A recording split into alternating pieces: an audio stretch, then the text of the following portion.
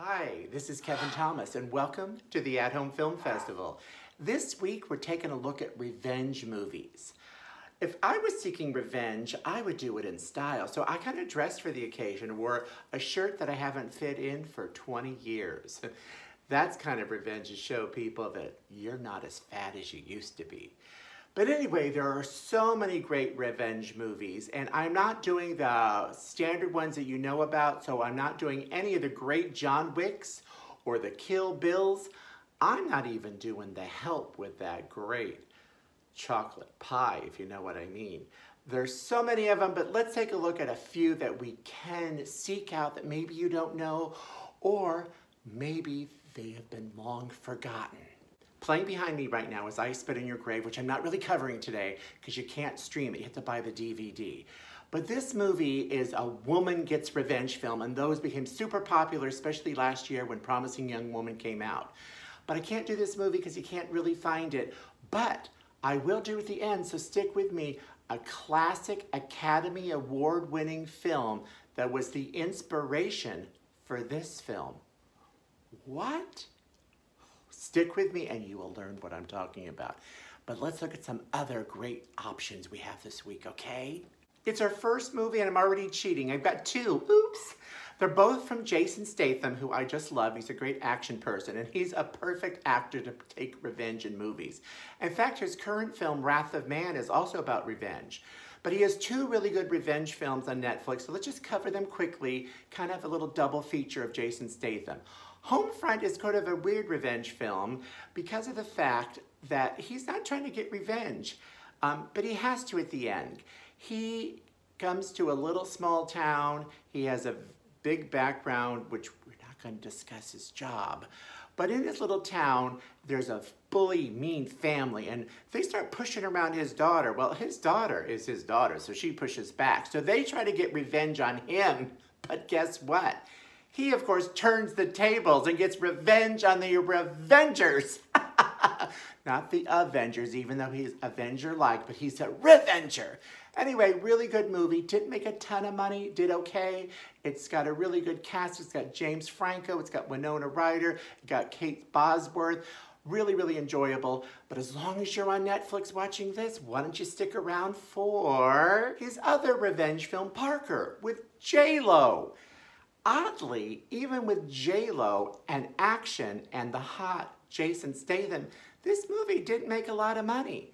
But he does take revenge. It has a lot of comic elements where he gets J-Lo involved. This movie's actually as fun as it is revengeful. I had so much fun watching this, and I hope you do too.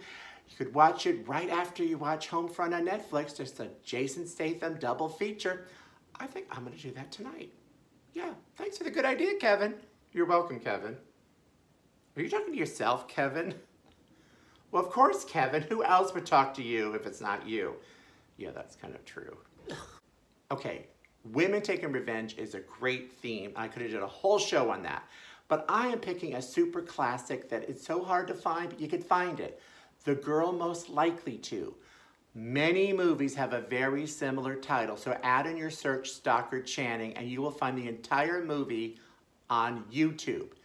Yes, YouTube. It's a really, really wonderful film that I have loved for decades. And the funny thing is, this movie came out as one of those afternoon movies on ABC, and it's written by Joan Rivers, comedian. But Stockard plays this ugly duckling in school, very smart, and she tries everything possible to make friends. She changes her major a million times, but kids are mean. You know what? I actually relate, I know. But Stockard is able to turn the tables. Something happens to make her have plastic surgery, and of course she looks like a swan and beautiful after. One fun critic who thinks this is as campy as I do wonders, after she takes off the gauze and bandages from her plastic surgery, who was in there doing her makeup. But anyway, that aside, Stockard gets revenge on all these awful, mean people. So she is leading the pack for us all, celebrating women are taking revenge because no one should be able to push us around and treat us poorly and make us feel bad about ourselves. So you go, Stockard, you go. And you guys go to YouTube, Google the girl most likely to ... Stockard Channing, and you will find this movie for free. In my inclusion of films where women take revenge, I also wanted to put in She-Devil with Meryl Streep in a Golden Globe nominated performance. Find it on Prime for free. This movie did not make a lot of money. Ooh, good. And it was not even praised by critics, but I think it's really, really good. And Meryl is terrific like always, but she's not the one taking revenge. It's Roseanne there. So Roseanne plays your typical housewife whose husband is swayed by a beautiful woman who's successful. She does all the work at home. He decides Meryl's better for him than her, so he leaves her for Meryl. It's really the first 10 minutes. It's not a spoiler alert, I promise you. But she spends the rest of the movie taking revenge on Meryl Streep. Meryl is such a good sport as an actress, and she's so wonderful that I really, really enjoy this movie. And so watch it with me, yes. Our final look at women taking revenge is Kate Winslet in The Dressmaker. You never heard of it? Yes, that's a travesty. It only made a few $1 million in the US, and it won 14 awards, nominated for 41 other awards throughout the other countries. We ignored it here. Slap our face! Ow! Ooh, that hurt. Anyway, this movie, available on Prime, is where Kate Winslet gets kicked out of town due to a crime that happened when she was young. Well, she comes back completely stylish and ready to take revenge, not only with fashion and her good looks, but there's a body count in this movie, and she's the one making it happen. Oh, you just saw Liam Hemsworth. He adds to the body count of attractive bodies in this movie that you'd like to see a lot. I think this is one where Kate should have been up for an Oscar. Her co-star Judy Davis should have been up for an Oscar.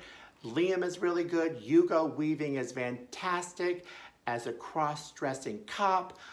I don't know why we never saw this. And yes, I did talk about it before, over a year ago, but no one watched that episode. So I'm taking revenge and talking about it again and making you watch it. Please watch this movie. You will be writing me letters of thanks for years to come to say, Kevin, why didn't we know about that sooner? And I'll say, yeah, I know. We've all loved Hugh Jackman for years, and rightfully so. Attractive, talented, triple threat. So Prisoners did make a little money, but it was not the hit that it should have been. It's critically acclaimed. It's available on Hulu right this minute, by the way. But Hugh plays a father whose child gets missing, and he doesn't think the cops are doing a good enough job trying to find this person. He also becomes the judge and jury of this when he takes the investigation into his own hands, and when he finds the person, he expects to get justice at his own hands. You know what I mean? Wow. The cast is amazing. Jake Gyllenhaal is in this. Maria Bello is in it. Viola Davis is in it, directed by the Academy Award-winning director of Arrival. So this movie is good. I think it's got an 8.4 out of 10 on critics' ratings. And it made some money, but it wasn't a big, big hit. So let's make it one now. Go to Hulu right this second. Well, give me 3 more minutes. Go to Hulu when we're done and watch Prisoners. I featured Joel Edgerton on my show before, but I never focused on one movie, so that's what we're doing today, The Gift. He wrote and directed it and co-stars with Jason Bateman. And this movie, basic title, The Gift, there's many movies called The Gift, so make sure you find this one, even though I don't mind the other gifts. Anyway, Joel comes to town from being gone for years and meets up with Jason Bateman, and apparently they have a past that Jason doesn't remember. So Joel is kind of mad that he doesn't remember. Does he remember and he doesn't want to tell us? Who knows? But all we know is revenge has never been so sweet and malicious than in this movie, The Gift, which is available on Prime. You will be biting your fingers so your nails will be even smaller than mine. Look at that. Those are called nail-bitten fingers from The Gift. And I just really enjoy seeing Jason Bateman. He's quite a talented actor. Most people know him from comedy, so when he does a drama, he reminds us he is so well-rounded. Thank you very much, Jason. As promised, I was going to mention the historical relevance of an Oscar-winning film on I Spit in Your Grave.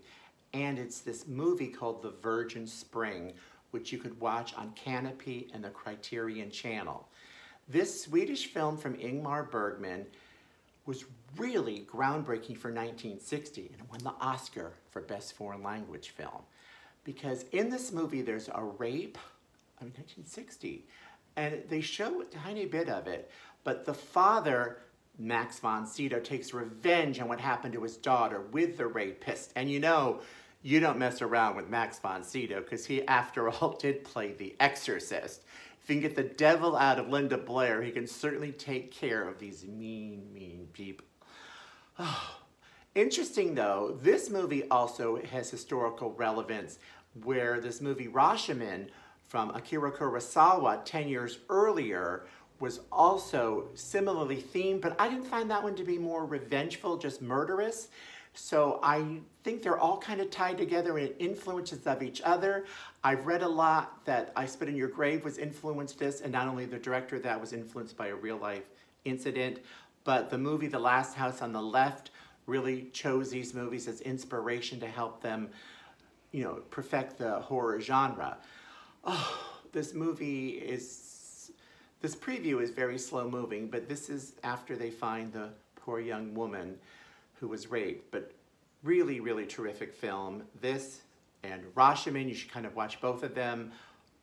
Really critically acclaimed films.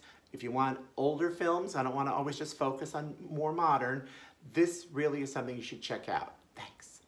So that was our show for the week. I'm leaving us with a little glimpse of Hard Candy, yet another revenge film where Elliot Page plays a young woman who entices a slightly older man to, I can't even, what she does to him. I mean, certain things kind of really freak me out in movies. Sawing off a body part's one of them, but something worse, and it happens down below for a man. Oh my God! Anyway, check out all these revenge movies. There's a lot of great ones if you just Google that term. I try to find ones that were not as popular as the rest. Hopefully I uncover something new for you. Let me know if I did. Comments down below are always welcome, and I get very few. Should I have a contest to make you comment below? But I'm coming back next week, so I would love for you to share and subscribe, and tell those who subscribe to share. Looking forward to seeing you again. Thanks. Bye-bye. Oh, no. What's coming to him? Oh, no.